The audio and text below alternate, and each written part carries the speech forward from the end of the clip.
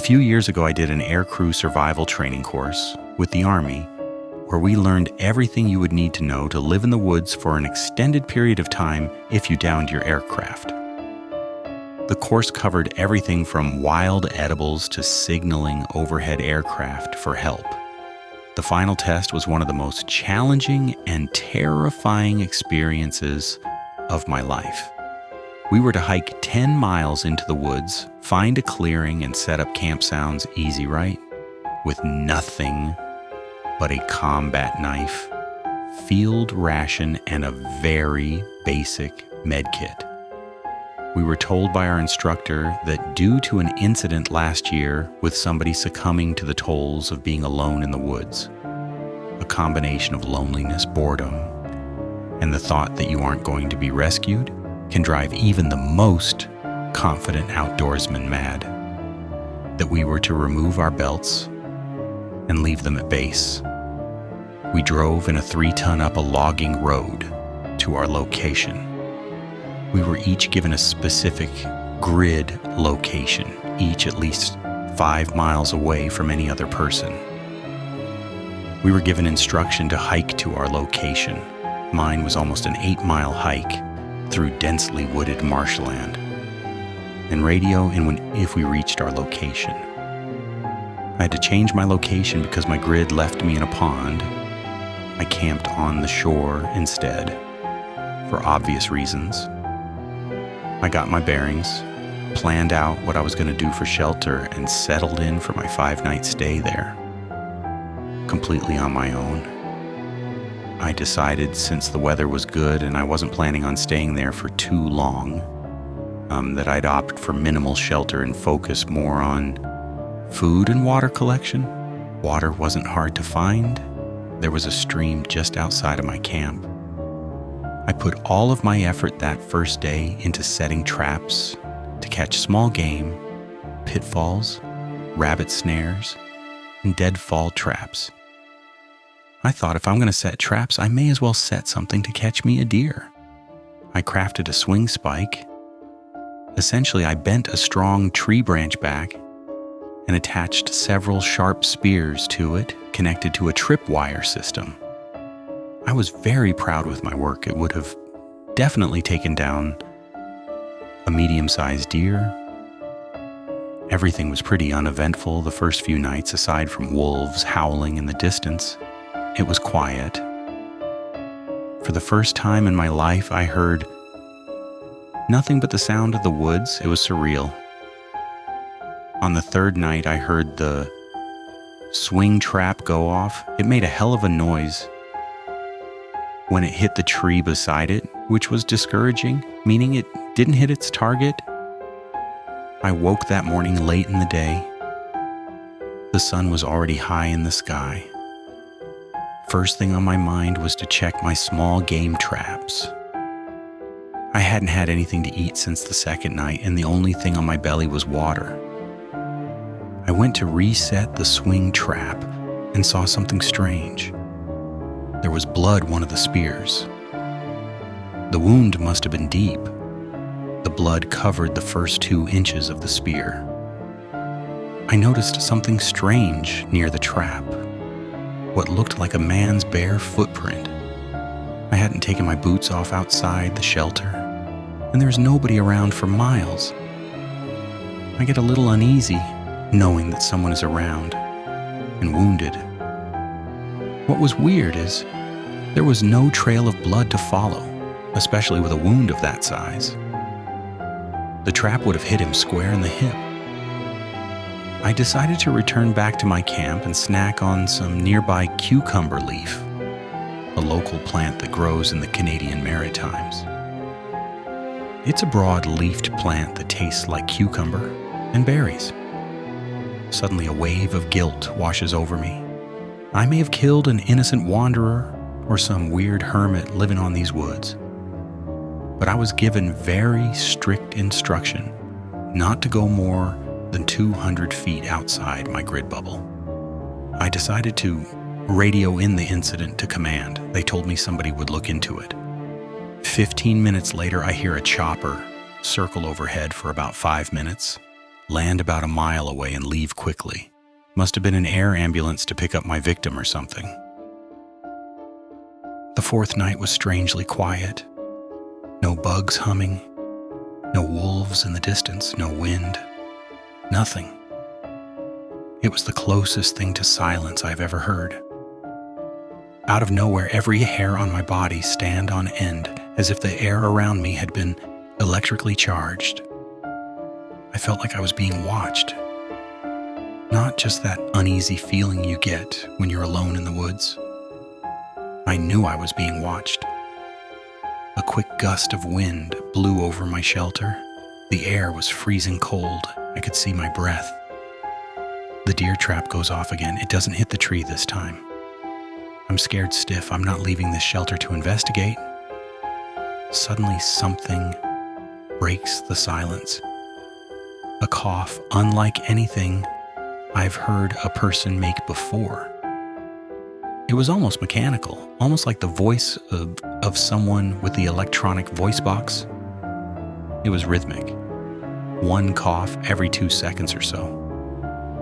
The coughing was the only sound. No background noises chimed in from the woods. I psyched myself up to pack up the courage, to look through the entrance of my shelter, to see what is making that noise. Just outside my shelter is a bare foot with tattered jeans around the ankle. I am petrified. I curl back into my shelter, and for the first time in my life, I accepted death. I accepted that if whoever was out there wanted to kill me, he could. I cried myself to sleep that night. For the next day and night, I stayed in my shelter, too afraid of whatever was out there to leave. I was woken the 6th day by my sergeant. It was past noon. He was worried I had been injured on my way back to the extraction point. On the hike back to base, I asked him about the chopper. He told me not to worry about it. I let it go for about 10 minutes before asking again. He noticed that I was genuinely concerned. It was a body recovery. CPLJ hung himself with a rope he made? You were friends, right? He asked me like he knew the answer was yes, and handed me a note. I tracked him to your site. I know I shouldn't have, but I did. He kept coughing and whispering in a language I had never heard before but understood. He wanted a soul.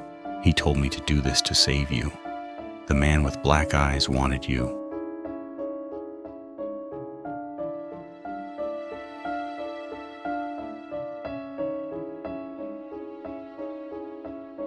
The stairs are something I've always had a gut feeling to stay away from. Years ago, I did a trek through Philmont Scout Ranch with a neighboring troop. We had an itinerary of around 65 miles for the trek, which we were to do in 9 or 10 days. I specifically remember it was day 4, and we were a good 20 miles or so into our trek when a buddy and I had to stop and take a leak. No big deal. The troop stopped and took a water break while we walked a few meters off the trail and did our business. When I finished up, I noticed something odd off a good 20 yards away into the woods. We only moved a few feet closer to get a clear angle on it, but it was a white spiral staircase. Looked fairly new, but it was disembodied, literally screwed up to around 10 feet and ended in mid-spiral. We were going to go closer, but the scoutmaster called us back because they needed the map. We both got back and mentioned the staircase, at which point our ranger who came with us for the first few days got white as a fucking sheet. All of us were a bit concerned, and he gave us the exact same warning. Stay away from the stairs, don't go near them, don't touch them, or you'll face severe personal fines. Just pretend they don't exist. To which we were all left, scratching our heads. I managed to get a couple of pictures of it. I'll get back to that in a second. After giving us the warning, he radioed in our coordinates and wrote down the position of the staircase in a booklet. It was fucking spooky, that's for sure, but we never paid it any attention after that. For all I figured, it was an urban legend, and he didn't know any better. The ranger was only about 20 or so, and the adults at base camp loved to scare us young scouts shitless with little tales here and there. Either way, we didn't have anything else happen like that for the rest of the trek. Even when we took an extra 10-mile detour, I personally ended up forgetting about it after a while, until SR's posts talking about the stairs, which has really fucked me up now. And the pictures I mentioned, they corrupted themselves a couple days later. I got 3 or 4 good shots of it with nice detail, which even showed it had some fresh paint on it. But within a few days, those pictures and a good 3 or 4 around them all just went black. File won't load. For a personal experience like that to be brought up years later in this sort of light. Oh, yeah. I'm not going in the woods alone for quite a while.